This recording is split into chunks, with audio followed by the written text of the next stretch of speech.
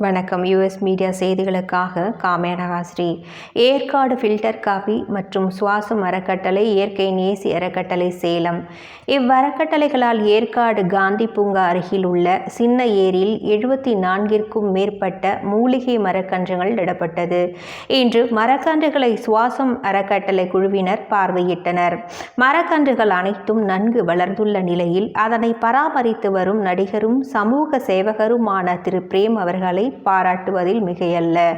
பல்வேறு காலகட்டங்களில் பல்வேறு நிறுவனங்கள் மரக்கன்றுகளை நடுவதுண்டு. எனினும் அதனை சரிவர பராமரிப்பதில்லை. ஒரு சிலரே நடவு செய்த மரக்கன்றுகளை பராமரிக்கின்றனர். அந்த வகையிலே நடிகர் பிரேம் அவர்கள் நடவு செய்த மரக்கன்றுகளை நன்கு பராமரித்து வருகிறார். அவருக்கு சுவாசம் அறக்கட்டளை சார்பாக நன்றி கலந்த வணக்கத்தையும் அவர் பணி மேலும் சிறக்க வாழ்த்துக்களையும் பாராட்டுக்களையும் தெரிவித்துக் கொள்கிறோம்.